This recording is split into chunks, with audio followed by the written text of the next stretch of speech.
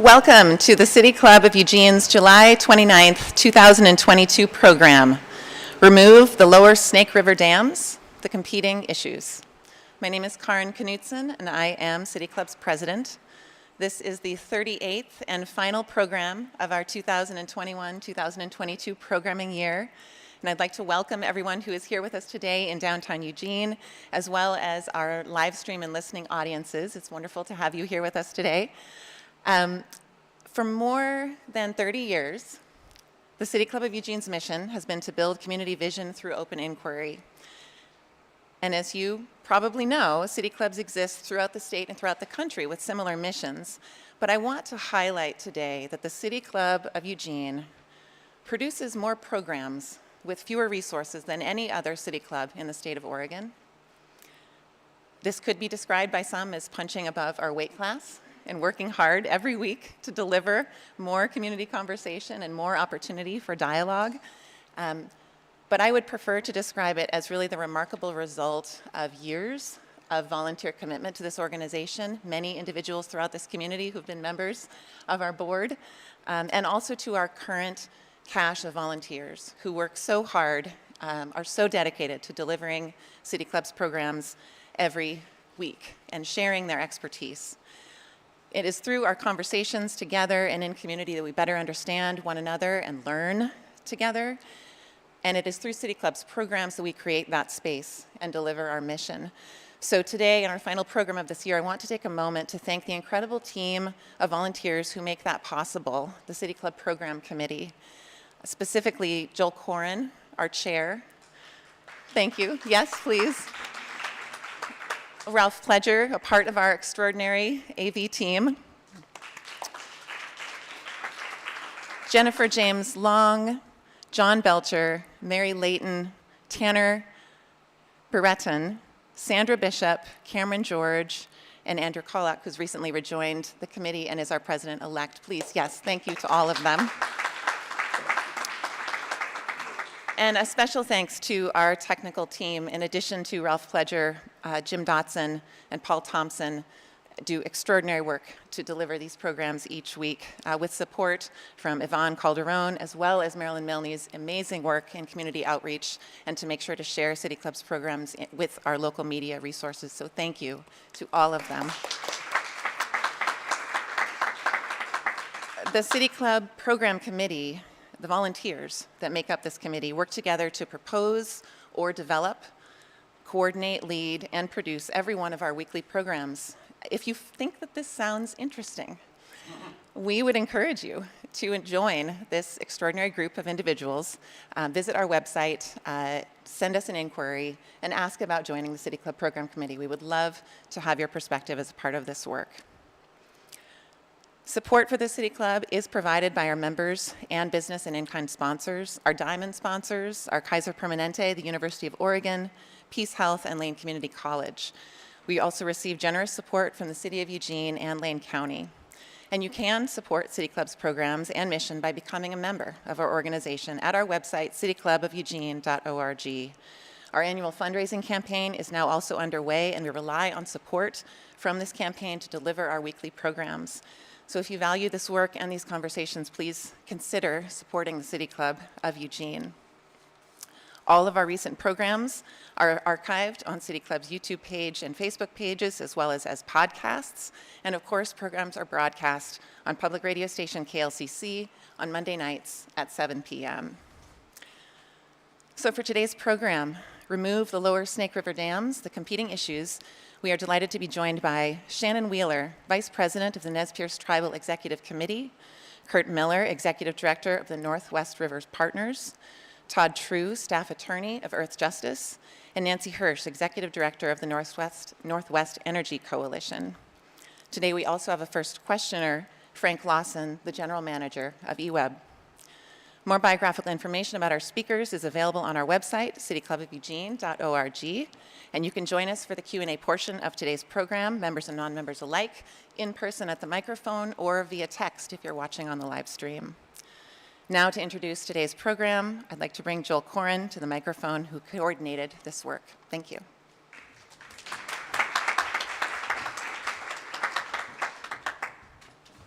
Good afternoon. On June 9th, 2022, Senator Patty Murray and Governor Jay Inslee of Washington announced the release of an independent draft report that will help inform the recommendations of the joint federal-state process regarding the lower Snake River dams and salmon recovery in the Pacific Northwest. Governor Inslee and Senator Murray said, "Every community in the Pacific Northwest knows the value and importance of our iconic salmon runs, and every community recognizes the importance of salmon in our economy and cultural heritage. We each remain firmly committed to saving our salmon. We also know that the dams provide significant benefit to our region's economy and communities. In coming weeks, we will carefully review and consider public input, tribal consultation, and other engagement from stakeholders before making any recommendations." Recently, the White House Council on Environmental Quality issued 2 reports arguing that 1 to 4 dams need to be removed to restore salmon habitat. But the dams provide cheap, renewable hydroelectric power, water for agriculture, and shipping of products to market. Would these benefits be reduced if the dams were breached? What exactly are the competing stakeholders that make this decision so difficult? Can they be accommodated? Some experts believe that there may be a solution to satisfy everyone. Only last week did I learn of the severe impact of the salmon shortage. On Fridays after City Club, my routine is to go to the Oregon Locks Factory and get the locks I need for Sunday morning. On last Friday, I went there and they hardly had anything. There was no locks. And I asked them what's going on. And they told me they're closing, not for lack of sales, not for lack of workers, but for lack of fish. This may be temporary or it may be permanent. And maybe some of the ideas that are discussed today will determine that outcome. We are honored to have with us 4 people who are intimately involved with the issues today, and each speaker will pass off to the next. The first is Shannon Wheeler, Vice Chair of the Nez Perce Tribe. Then we have Kurt Miller, then Todd True from Earth Justice, and finally Nancy Hirsch. Shannon, you're on. Thank you for that introduction. I appreciate it very much, Joel. Katsiat yat nunyum hanyuat, kiata oatis, pikoatis boom. Wako payats atats tamina namipu. So yakats kilahin hanyuat. Inam waswanik titokatim tuwiawiokpu. Namipu kunku ka kunku. I'd like to thank the Creator first and foremost for this beautiful day and this land that we call Mother Earth, this sacred place, and all that it holds and all that it gives. And we thank you, Mother, the Creator, for the many blessings that you have given us. And come to you today with a good heart. The Nimipu people do, always. Just like to thank everyone that's put in the work to get us to this point today. And here at Nez Perce, why are we doing what we're doing? And I believe, salmon as a keystone species is definitely has been this long relationship with the Nez Perce tribe and native peoples across this land in the Great Salmon Basin that's now called the Columbia Basin, but at one time it was we considered it the Great Salmon Basin and what it produced and where we're at now. It starts with that obligation of our creation story of who we are as people, and that salmon was the first to step forward and give himself to us so that we would be able to survive. So that covenant started many thousands of years ago. I mean, for us time immemorial. And I can tell you time immemorial is pretty tall, pretty big, you know, over the course of time when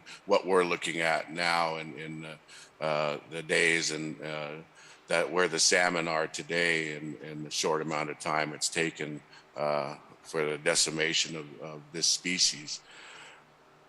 So that obligation for us is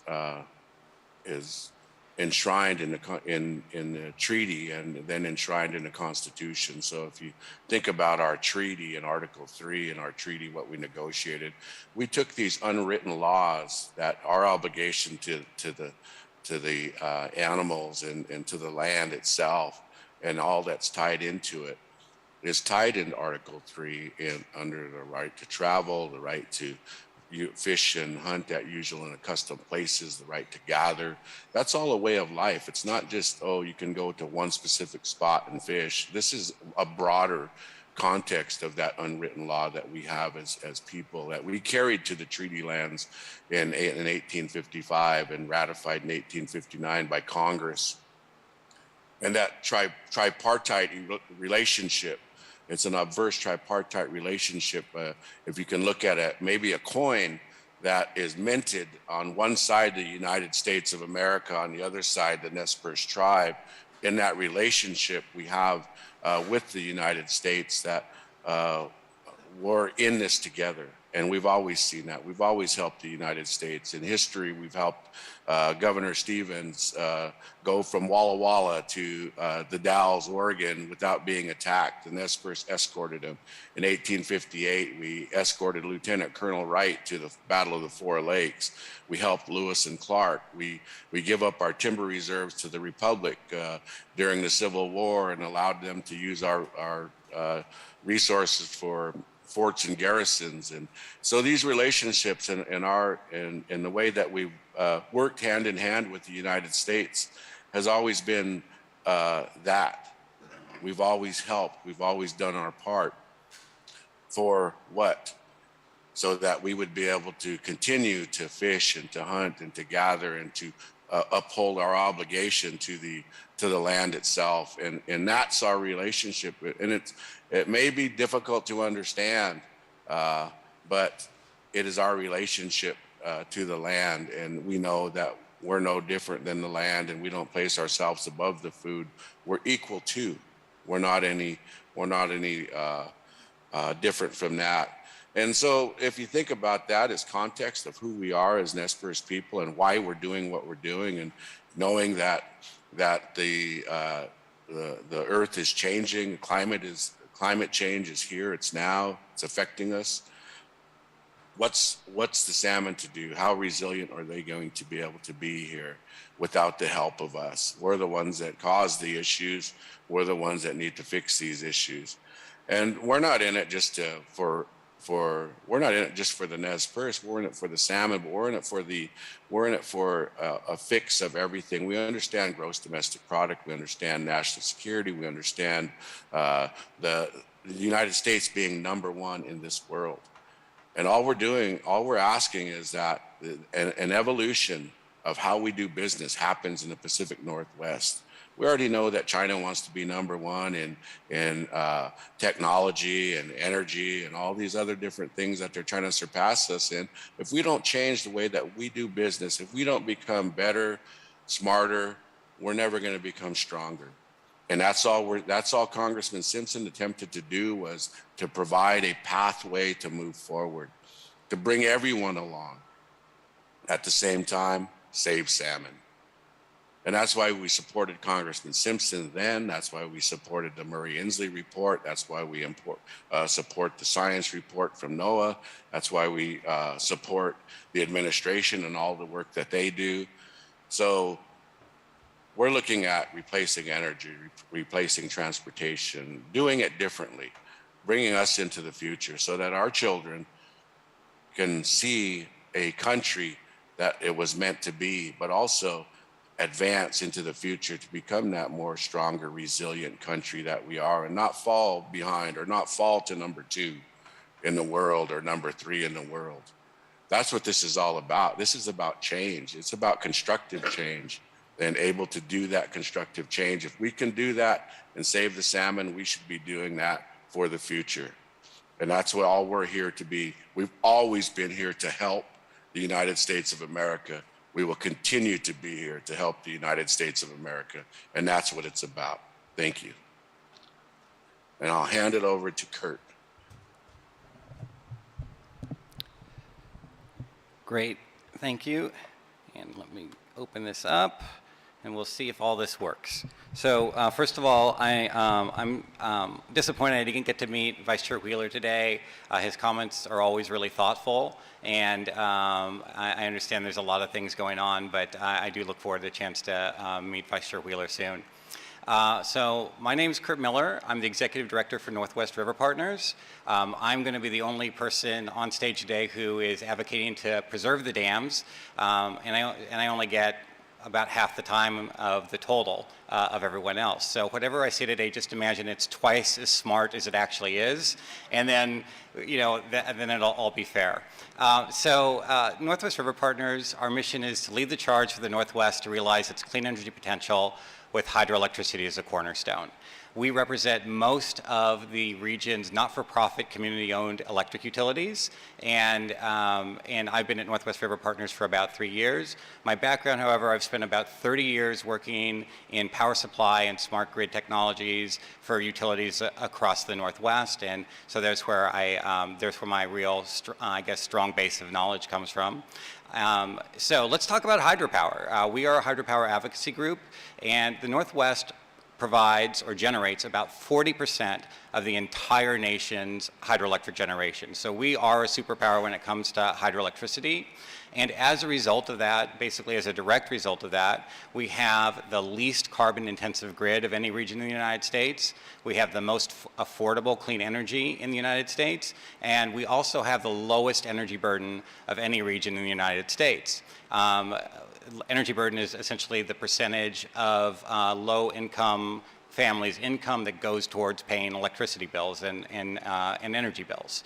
So the hydropower system is incredibly important. Those investments were made decades ago, and so most of those dams are paid for, and we really look at the cost of maintenance and things like that, but that is really, it's really small compared to the cost of building new resources, which, if you've looked at the recent reports, is why it's estimated that will cost, you know, upwards into the tens of billions of dollars to replace the dams, and that's just for the power supply component. So losing the lower Snake River dams, those are 4 dams in eastern Washington state. They produce about 1,000 average megawatts of electricity. That's enough electricity to power all the homes in Seattle, Portland, Spokane, and Boise. It's not inconsequential. And they can provide peaking energy for long periods of hot weather or cold weather for multiple days, which is something that batteries can't do yet. We're definitely hoping they get there.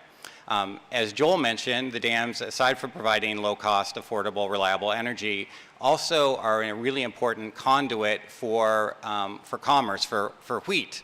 So about 10% of the entire nation's wheat exports move through the Snake River dams. There are locks at each of the dams, which are essentially water elevators, and they allow the dams to pass through. And so losing the dams would be really be harmful to food supply. And they also help irrigate 48,000 acres of farmland in the eastern Washington area. So there is a very big agricultural component to it. The other big thing that it's really important to understand is we're not talking about replacing the dams in a vacuum. The entire, well, not the entire, but much of the western United States is looking at decarbonizing the entire grid. So that means getting rid of all fossil fueled energy, which is a win for climate change, but it introduces challenges as we replace fossil fuels like coal and natural gas with wind and solar power. Now again, those resources are great, but they have a challenge of intermittency. And what that means is that they are really dependent on near-term weather. So this graph here shows the blue chart, and for those of you on the radio, you just have to use your imagination, but the blue line represents hydroelectric output within the Bonneville Power Administration's footprint. It goes up to about 12,000 megawatts each day to meet the peak. The red line is lower, that's load within the BPA footprint. And then down at the bottom, you'll see wind power generation, which has been basically around 0 during this last heat wave. And that is not atypical. When you get long periods of cold or hot weather, wind in this region tends to do very poorly. It doesn't mean it's a bad resource, it just means it's not good at meeting extended peaks. The reason is the region loses its pressure differentials, and that pressure differential is what's needed to make the wind blow. So this is why hydropower is the superpower of renewables. Hydropower comes in with its own built-in battery storage in the form of water that builds up behind a dam. And you can release that water past the dam when you need to, and it spins a turbine, and that turbine lights up a city, and then you can refill it. And that refill, you can refill and discharge and refill and discharge. So that battery solution is what makes the dam so incredibly important to maintaining a reliable electric grid. We recently commissioned a study that looked at what it would take for the kind of western power pool, which is kind of a footprint that the Pacific Northwest falls into. And that study showed that to get to a carbon-free grid with the dams would require the greater region to build 160,000 megawatts of generation. Now, to give you an idea, the region only currently has 115,000 megawatts of generation. So you're talking about over doubling that amount. It's taken us, you could say, about 100 years to get 115,000, and we have to, according to clean energy laws, do the 160,000 in another 20 years. This is a monumental, and I'm sorry that was loud, but it is a monumental effort, and it's going to be really difficult to do. And then if you replace the dams on top of that, you end up with another 15,000 megawatts and $15 billion in cost. So we're talking a really big deal. Now the question is that worth it to try to get salmon back? And I don't think that's actually the right question, even though I asked it myself, because the map I'm showing up here right now shows what Chinook salmon returns are across the greater Pacific coast of the United States and Canada. Green is good, dark green is really good, red and yellow and orange are not. And you could see that the Snake River is not at all atypical of what we're seeing for overall salmon returns or smolt to adult rate returns across the western United States, even including Canada. So the point is, would breaching those dams actually bring back salmon? The data is very inconclusive on that. There are people who will disagree with that, but I think this is an important reminder that the entire Pacific coast of North America is seeing declines because of climate change, we believe, and that's an issue that is really driving ocean survival. Getting rid of the dams doesn't help that. So anyway, it's really my great pleasure to be here, and now it's my also pleasure to hand off to Todd True at Earth Justice, who I also hope to meet someday. Thank you. Thank you, Kurt. So for the folks at the City Club, I have lost the video feed from your podium and I'm back to the bouquet of roses. That's not a problem, and I just thought I would let you know. So I apologize for not being with you in person today. When I made that decision, I didn't know that today I would not be able to be with you in person, because even if I had thought about coming, I'm testing positive for the virus and would have to avoid travel. So here I am on Zoom with you, and hope that will be okay. Vice Chairman Wheeler, good to see you. Kurt, good to hear from you.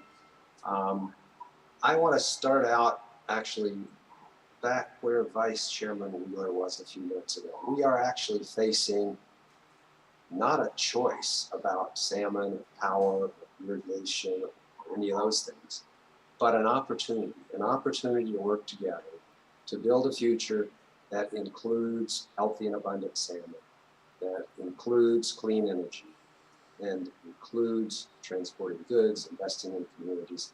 That is the frame that, as Vice Chairman Wheeler indicated, Congressman Simpson set out. It's the frame that is reflected in the Murray-Inslee report.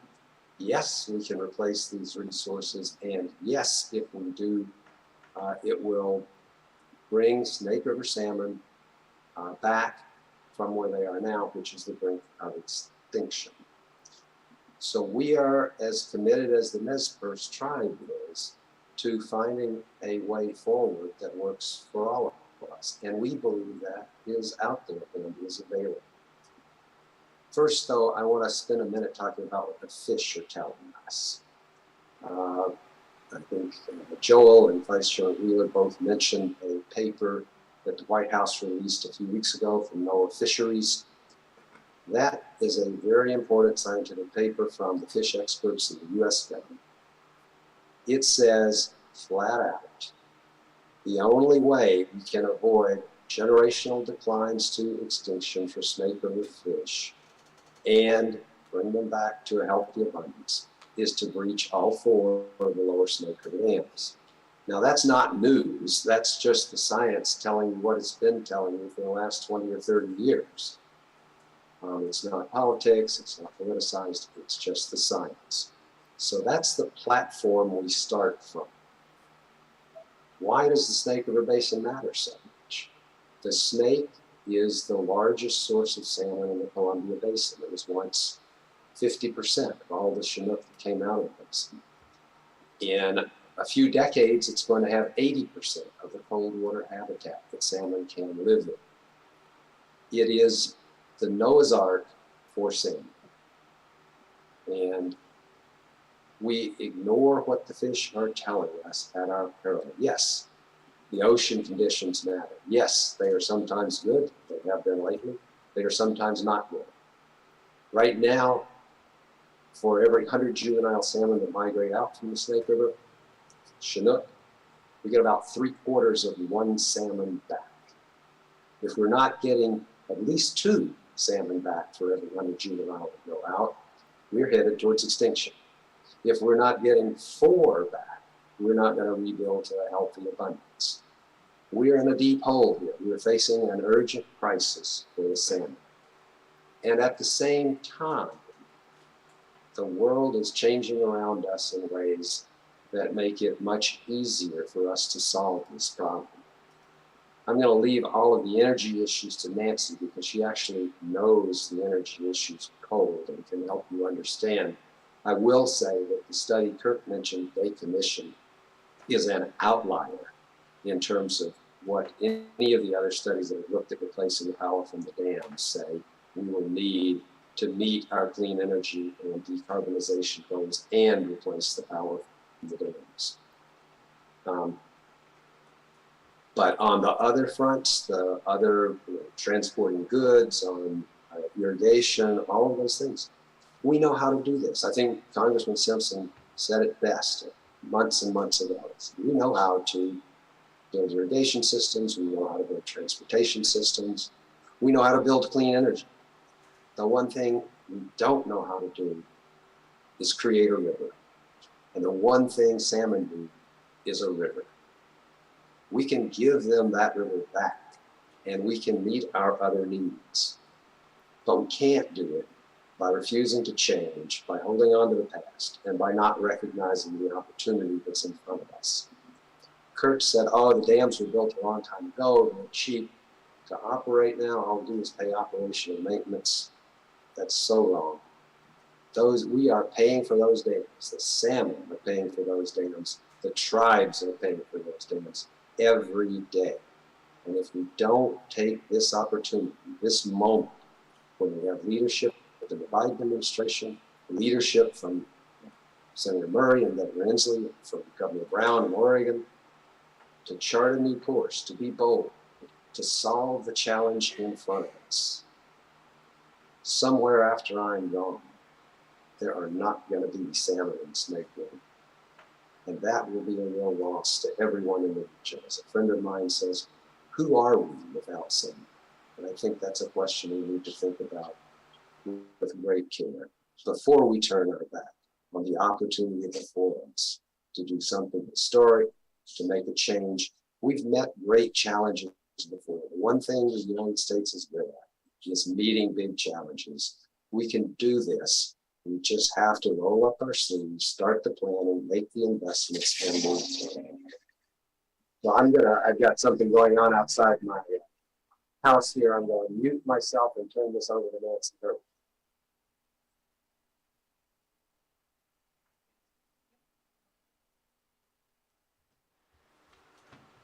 Thanks, Todd. Thank you, Joel, for organizing this panel and to the City Club for hosting this important conversation.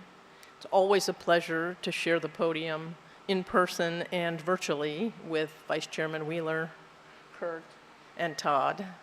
My name is Nancy Hirsch. I'm the Executive Director of the Northwest Energy Coalition, which is an alliance of over 100 environmental, consumer, human service organizations, utilities, and clean energy businesses in Washington, Oregon, Idaho, and Montana, working for a clean, affordable, and equitable energy future.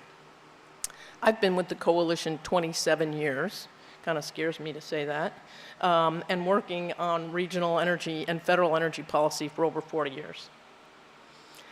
Our energy system is in the midst of a major transition.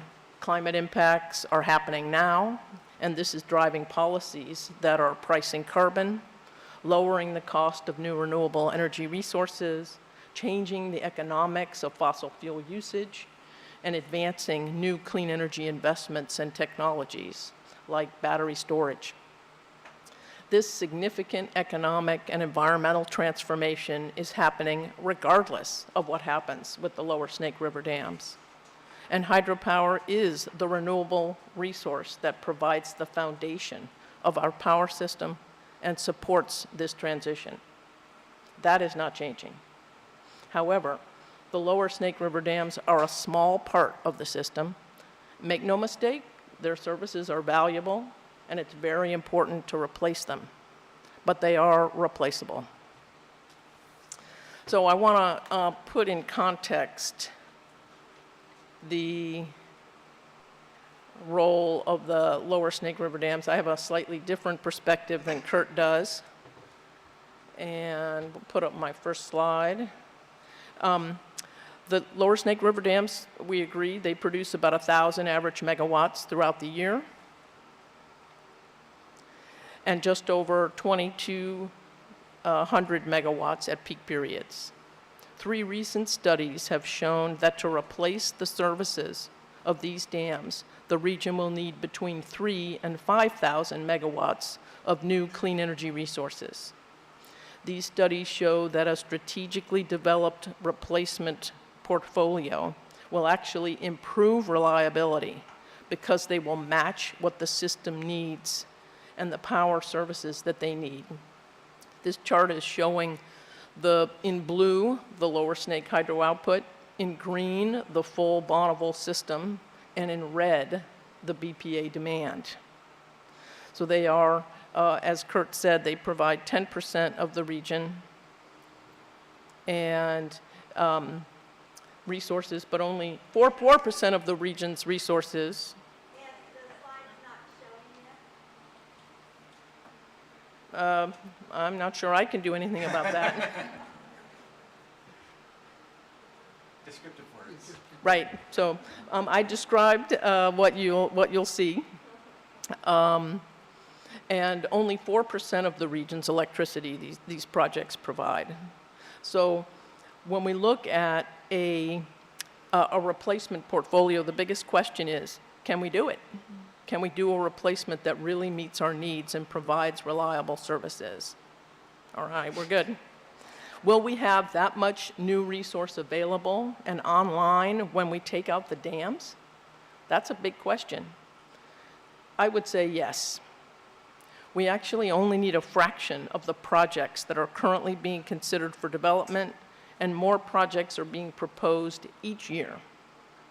The optimal mix of replacement resources needs to be a portfolio of wind, solar, storage, energy efficiency, managing load, using clean energy resources from the market, a whole mix of resources, not just one type of resource.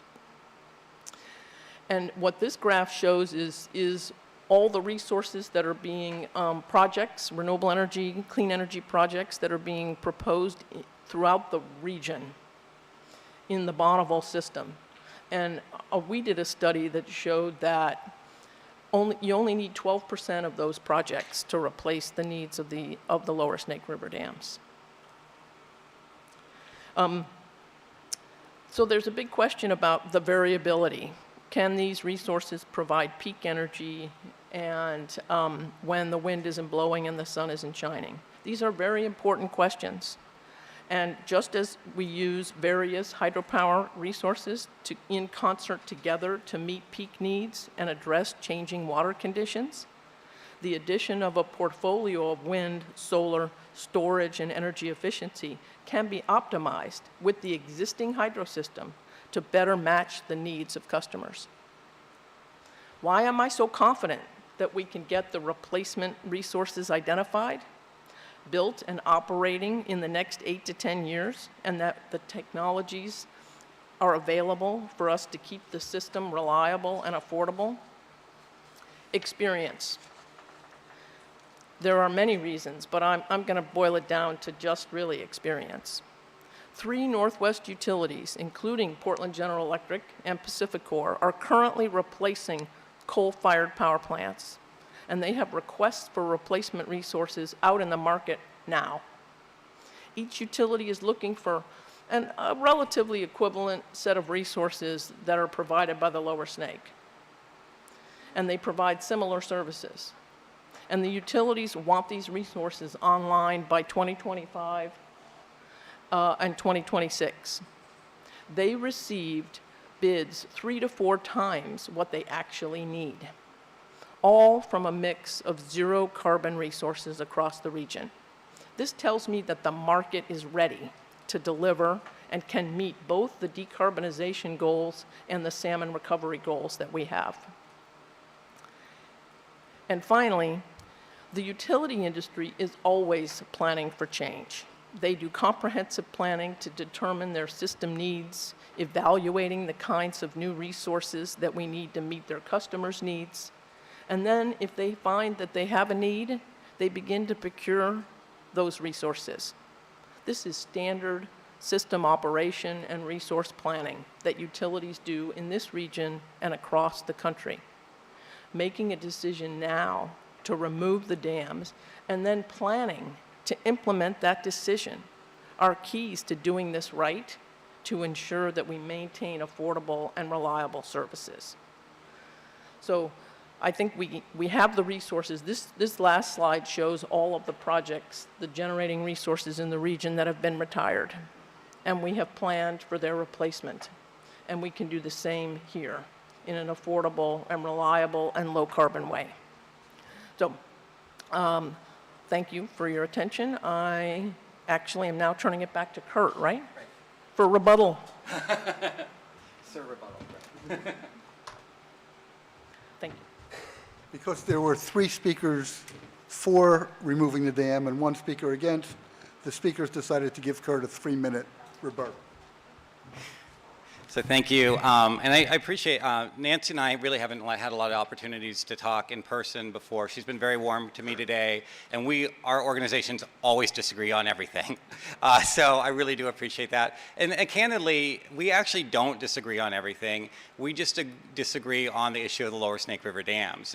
But all the stuff that we actually do agree on, that doesn't get any press. So we always focus on the stuff we don't, but I do appreciate that. So I do have a few comments. So the NOAA study that Todd True referred to, it wasn't really a study. I'm not sure if he actually used the word study. He said report. And it was co-written or at least influenced by 2 groups that want to see the dams removed.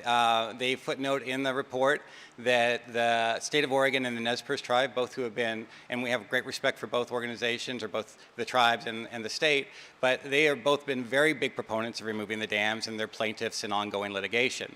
So we don't feel completely, we do feel like that report that was put out by NOAA was much more of a political report than a scientific report, because it did not include any of the views of people like our organization, our members, and we have fisheries biologists who could have certainly weighed in and disputed some of that. The other thing that Todd mentioned is that very few salmon are returning from the ocean, yet his organization wants to breach the dams. The problem is not with salmon getting to the sea. They actually, in the river, arrive to the ocean in about the same numbers as a free-flowing river, sometimes even better than some free-flowing rivers. The problem is when they're at sea, they don't come back, and that is a huge problem. But the issue from our perspective is getting rid of the dams doesn't help that. It actually hurts that because the thing that's harming salmon in the ocean is climate change and warming ocean, acidifying ocean, changing the balance between predators and prey. The thing about Nancy's studies, and all due respect to those studies, they're great, but neither of the studies that her group commissioned actually looked at what it takes to achieve a zero carbon grid with and without the dams. And that's the only way you can actually understand the value of those resources. So in other words, all the resources that she showed you already that are planned, and many of those will never be developed because of siting and financial risks.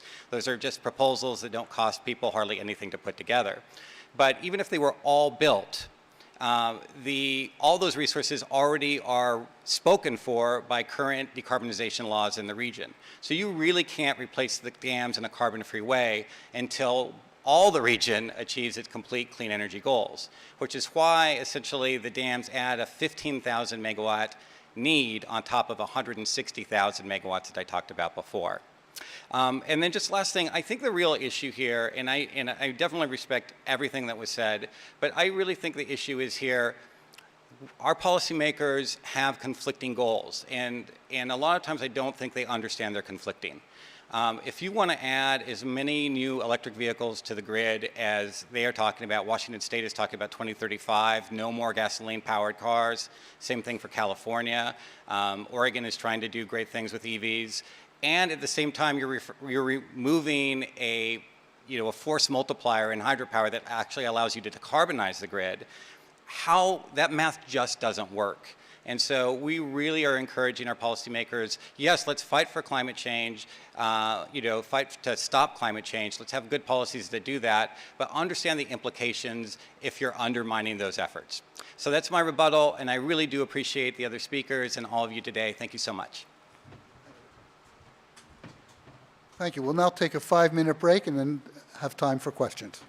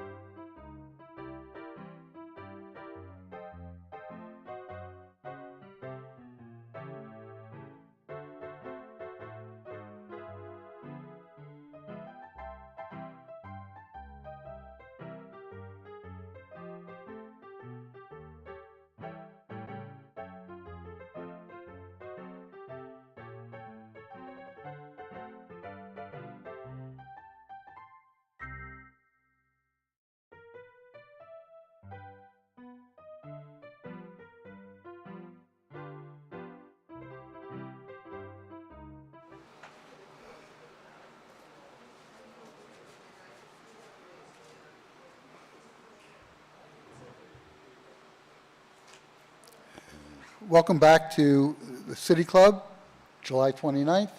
Our first questioner today is Frank Lawson, General Manager of eWeb. Go ahead. Thank you. And thank you all for participating this afternoon and bringing your perspectives on this issue. Like many important and complicated issues with broad impacts, this issue is polarizing. People on both sides of the breach versus non-breach issue can find studies or reports from reputable sources, including government and non-government agencies, to support their positions. How can we reconcile the similarities and differences between study conclusions, not just on fish, but also on energy, climate, transportation, irrigation, recreational, and cultural impacts, into a common point of truth that can be the basis for future decisions? Or do you think we will always be in the breach versus non-breach camps? We'll start with Nancy. Great question, Frank. To me, it's about communication. Like, we have to sit down with each other and we have to talk about what each other needs. What are the system needs? What are our options? What's at risk? What are the benefits of change? And to me, that will lead us to being able to negotiate in good faith with each other. But that's been a challenge, because once you start to sit down, the room gets very big with all those interests that you just outlined, and then it's hard to not be positional.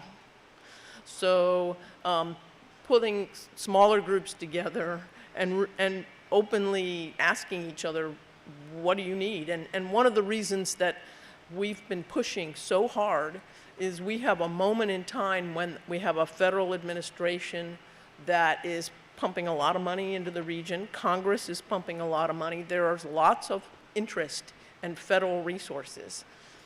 We want to use that to help make this transition so that it's not all on Northwest ratepayers. And I'm worried we're losing that window. And that's why there's a sense of urgency to make a decision so that we can start to plan. Remember, taking the dams out is the last piece of the puzzle, right? Everything else fits in before it, and that's where we need federal resources and good communication. Kurt?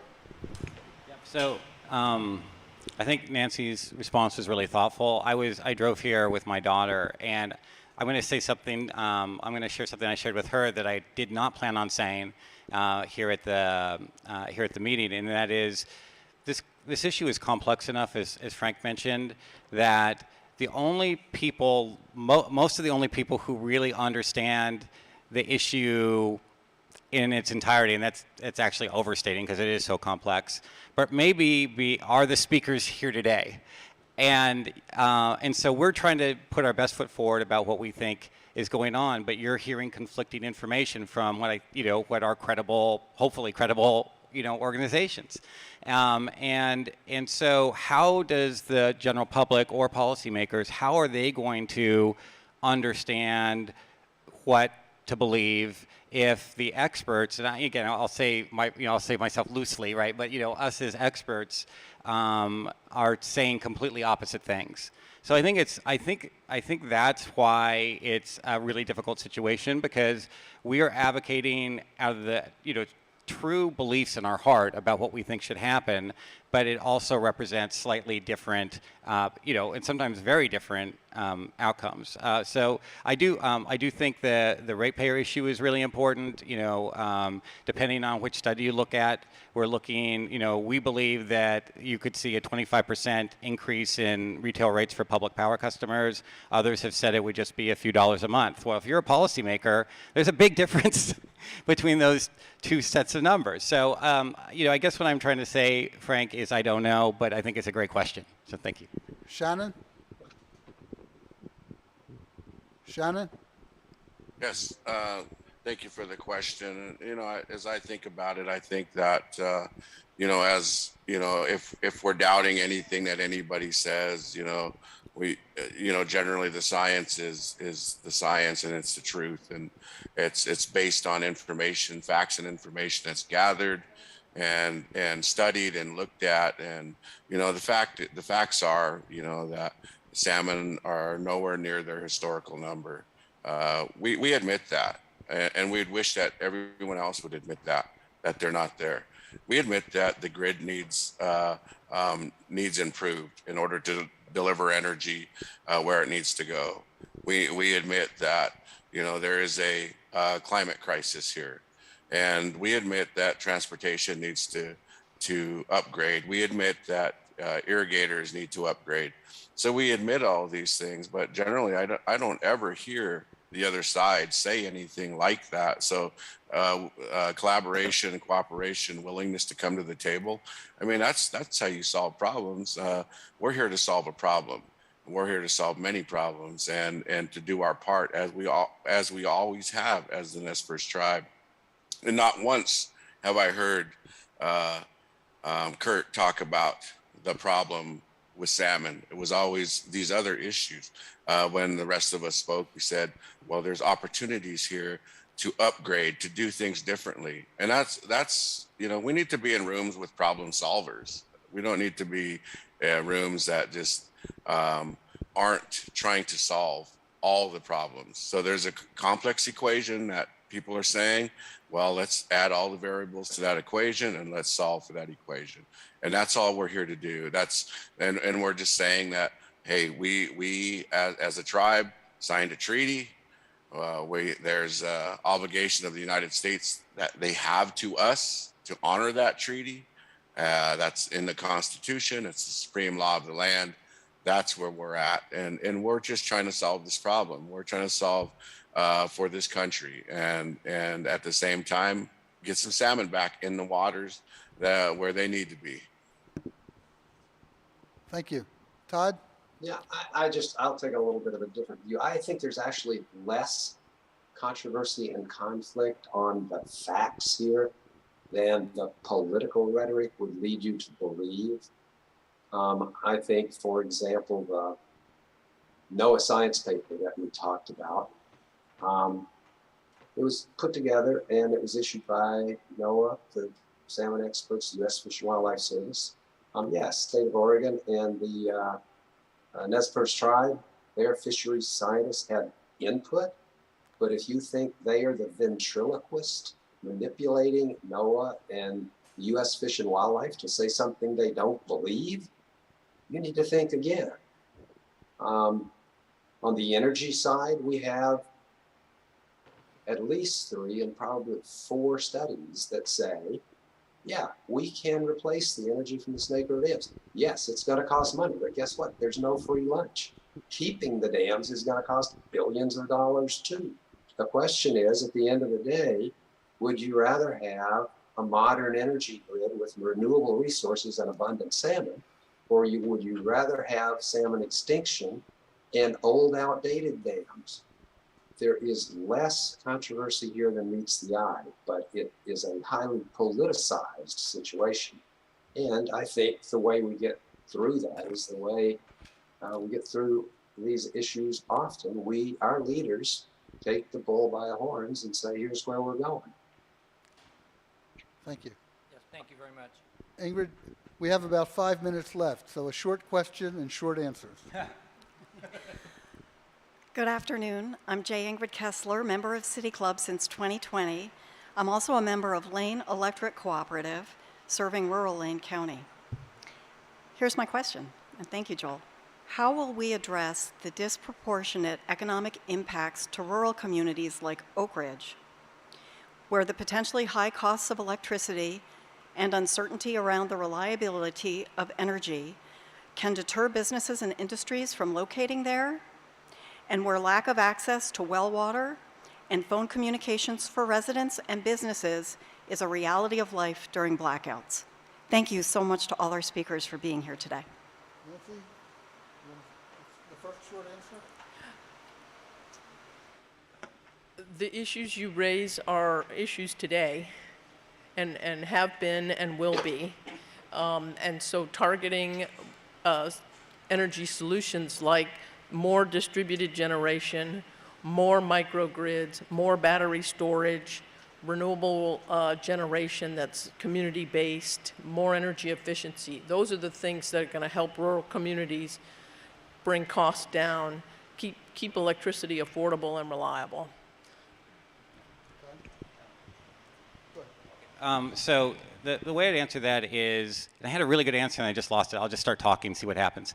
The issue is, to address both Nancy and Todd's comments, we are going to build a hecton, and that is an official industry jargon amount, a hecton of renewables. So when I'm talking about 160,000 megawatts of renewable energy, batteries, demand response, that is more than, I mean, it's never been done before anywhere in this kind of geographic span in that amount of time. So we're not digging, we're not putting our head in the sand.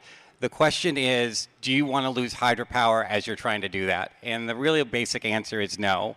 And it will be more costly. Nancy's reports show that it will be more costly. Our reports show that it will be more costly. The range is, we're not talking hundreds of millions, we're talking over billions. And I think everybody actually agrees to that. So I think it's a real concern, and right now it would be the public power ratepayers who would have to pay that extra cost. Thanks. Shannon? Thank you. I know here at the Nez Perce, we have Nimipu Energy. We're deploying solar, we're deploying batteries, and working, developing a microgrid here to help power our area. We're a rural community. Our per capita per person isn't much here neither. We're at the low end of that. So those are our considerations too. And definitely thank you for that question. So, everyone has to chip in and do what they can here. Thank you. Todd? Yeah, just very quickly. I think Nancy mentioned a moment of opportunity, and that is really important. We need to build replacement resources for the Snake River dams. They do not all need to be paid for by ratepayers. We have the opportunity here with federal investment to do something that protects ratepayers and that builds us a better energy grid. That's what the Biden administration is talking about with all of its clean energy investments. This is not all on the back of ratepayers. We would be the first to say that. We support that. Let's make sure we keep the good electric rates here in the Northwest, but let's build those replacement resources so we can also have salmon. Thank you. And now I'm going to turn the program back over to City Club President Karin Knutson.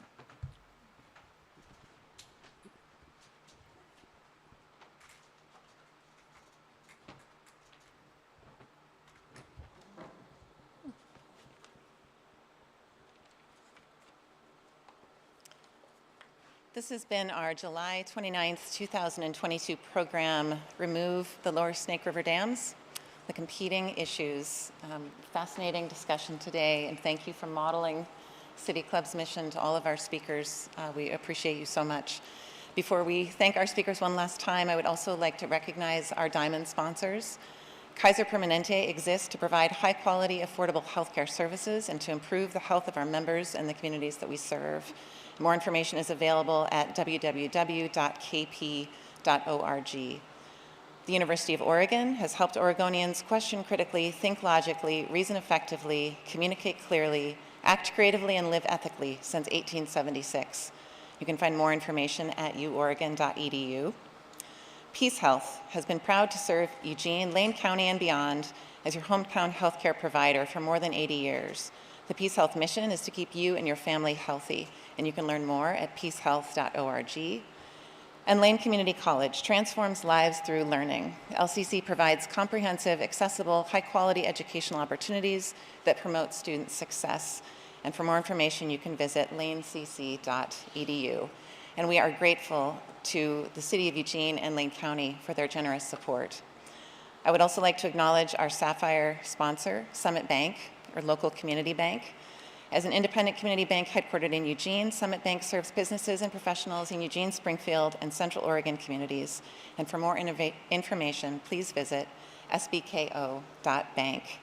And today's gold sponsors are Headshots Eugene and Archimoto.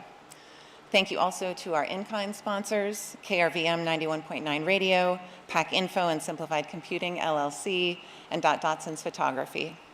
And a special thank you to our award-winning public radio station, KLCC FM 89.7, for airing City Club programs on Mondays at 7 p.m. City Club programs are always available on our YouTube channel, Facebook pages, and as podcasts. But we will take the month of August off to prepare for our new programming year and return in September with a full slate of election-related and ballot initiative programs, as well as looking forward to welcoming you all to a program with the UO's Wayne Moore Scholar for next year, Juliet Shore, in October. Promises to be fascinating. We invite everyone, members and non-members alike, to participate in our programs in person at our 2022 venue, the First United Methodist Church Community Room at 1376 Olive, and of course by live stream and on YouTube. And for more information, you can visit cityclubofeugene.org. Lastly, one last thank you to today's speakers, Nancy Hirsch, Kurt Miller, Todd True, and Vice Chair Shannon Wheeler. Thank you so much for joining the City Club of Eugene.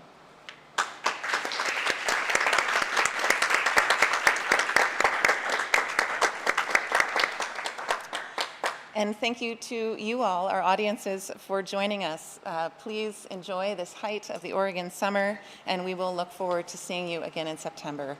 Be well, take care, we'll see you soon.